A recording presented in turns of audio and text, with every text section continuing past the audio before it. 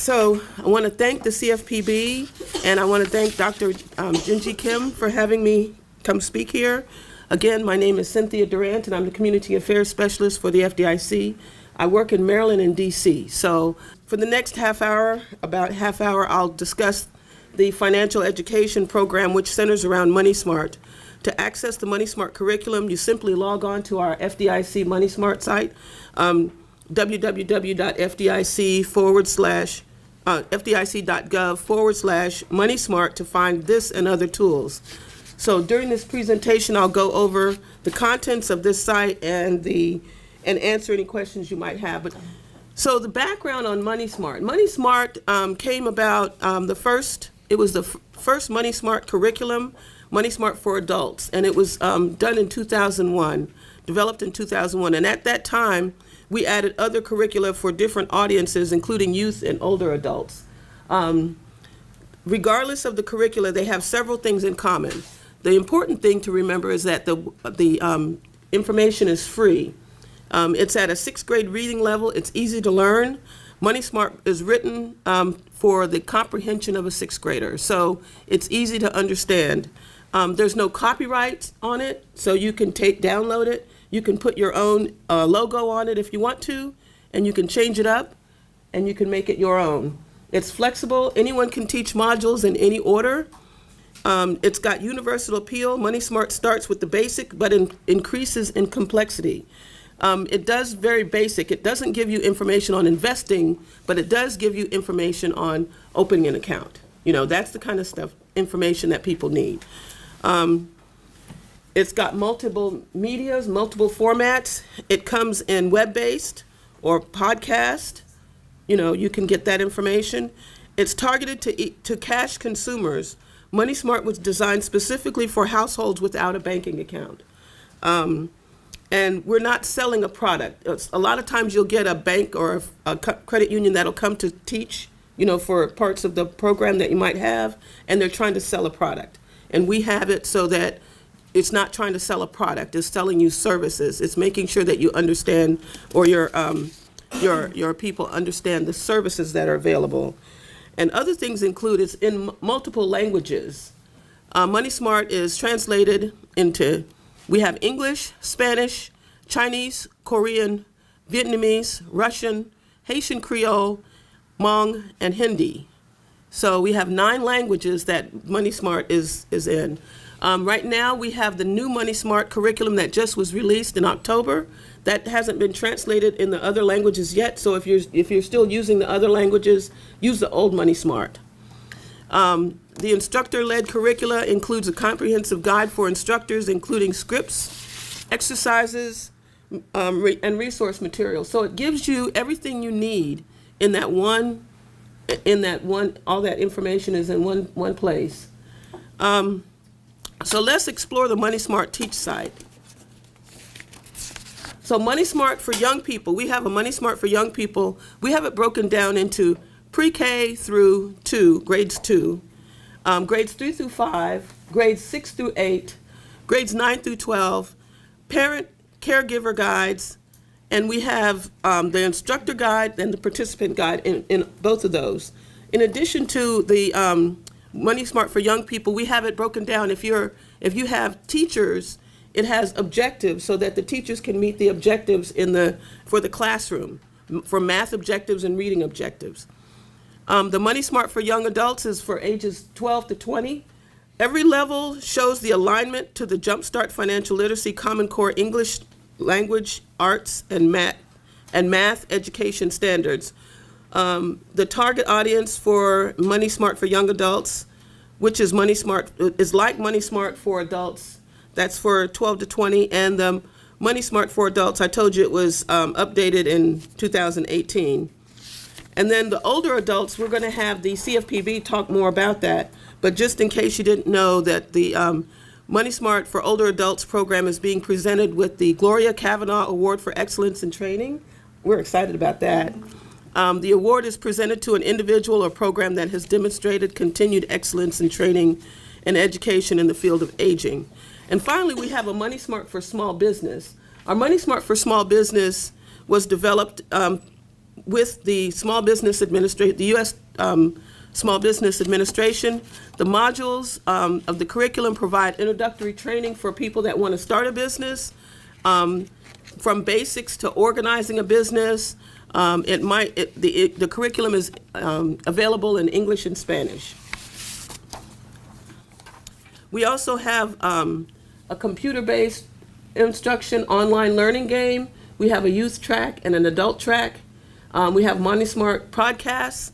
Under the section of the computer-based instruction, the content of these is similar to those found in the instructor-led curricula. It's just delivered in a different manner. So we have the information, but it's just different ways of delivering it. And people are learning different ways too. And now that everyone has a cell phone and a computer, you've got people that are learning even through computer means.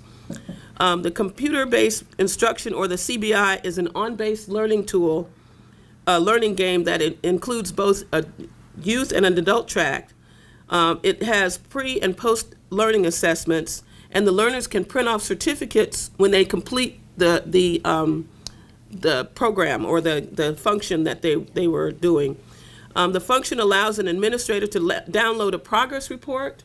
So if you wanted to go through there and monitor the folks, the progress report for their learners. And if you're interested in hearing about this, you can contact Community Affairs at FDIC.gov. So if you send in an email to one of our mailboxes, which is communityaffairs.gov, you can learn more about the podcast and the computer-based instruction. For learners on the go, we offer the podcast. The topics includes topics related to banking basics, checking accounts, savings and spending plans, and borrowing money. And each category has is broken into 10 to 15 minute segments, and it's available in English and Spanish. So then we have some implementation tools. We have a Money Smart News, and Money Smart News is a quarterly newsletter featuring tips and updates and success stories for anyone teaching financial education. If you use our products, we would like you to submit a story. If you'd like to submit a story, we love success stories. We love them. And I'm really busy, so I don't have time to write them, and maybe cut this part out. But do write a story. If you have some success stories, we would love to hear them, and we would love to publish them on our Money Smart News website. The Money Smart Alliance is a group of 1,000 members, and it's growing daily. So we have an alliance of, the alliance is made up of banks, nonprofit partners, and other organizations that use Money Smart, and they also teach Money Smart. So they'll go out and teach Money Smart for you if you don't have an instructor that can come to you. They're available to teach in the area. If you'd like to use Money Smart in your program but don't have the capacity and you want it to be instructor-led, you can go to that website, the Money Smart Alliance, and see if there's someone in your community that would come out and teach. Finally, if you don't have a teacher or a banker to teach Money Smart, we've developed a number of tools to help you. And the first thing is the guide to presenting, which is our guide to presenting Money Smart. And it tells you from, make sure you get a room. It tells you everything from figure out when you want to have the class and who's your audience to everything that you need to do in class. It gives you practical information about setting the stage and includes tips for presenting to those with disabilities. Because the Money Smart, our new Money Smart, you can present it to people with disabilities, or if they have a reading problem or a visual problem, it can read it's set up so that the computer can read to you. We also have videos and workshops to guide you through the materials and how to make a success. We offer quarterly webinars. The next session is March 20th, so you can join in. It's free to join in. You may find some other resources that are helpful. We have FDIC Consumer News. There are articles about the FDIC and FDIC insurance, banking and bill paying, electronic banking, borrowing money, getting a mortgage, banking your teen, helping your teens understand money. So it has articles, practical articles in those publications. I should have brought some with me. but they're online now. They've changed over to electronic, so you have to, look at it online, and you can print it off if you want to. Another thing we have is youth initiatives. We have the youth-focused initiatives are youth employment and the youth banking network.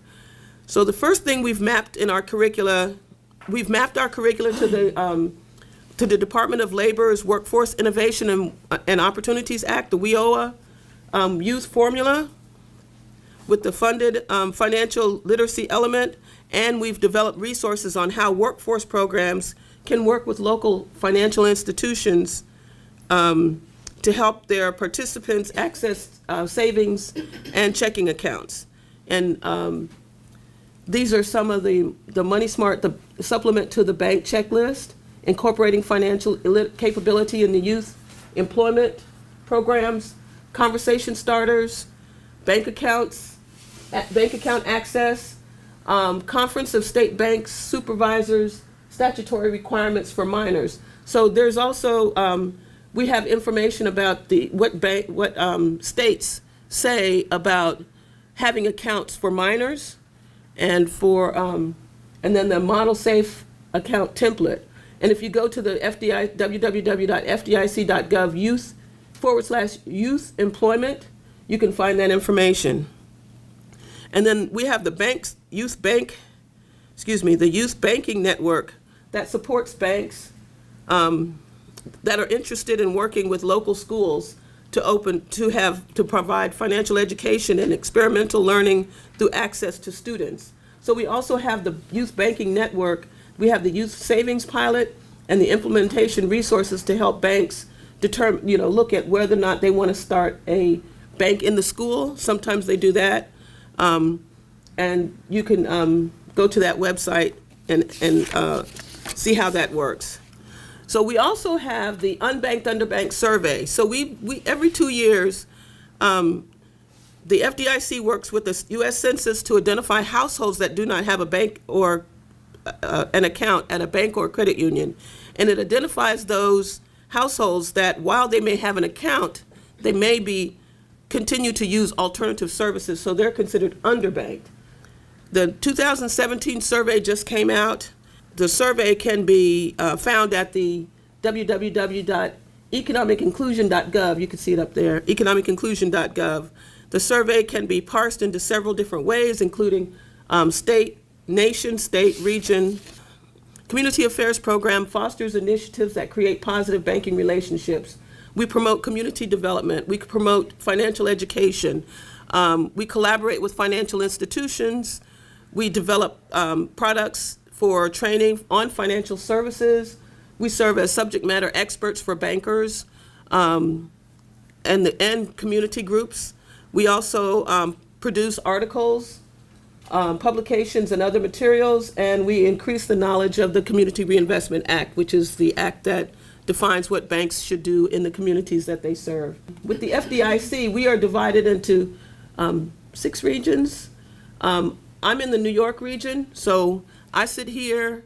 We have people in Chicago, Kansas City. We have people all in each state. We have representatives for the FDIC, and it's just divided into 6 regions.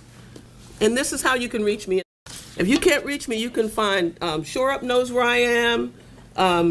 Let's see, who else? St. James knows where I am, and Telemon knows where I am. I mean, you have different people in different places that know where I am if you can't remember me or my email.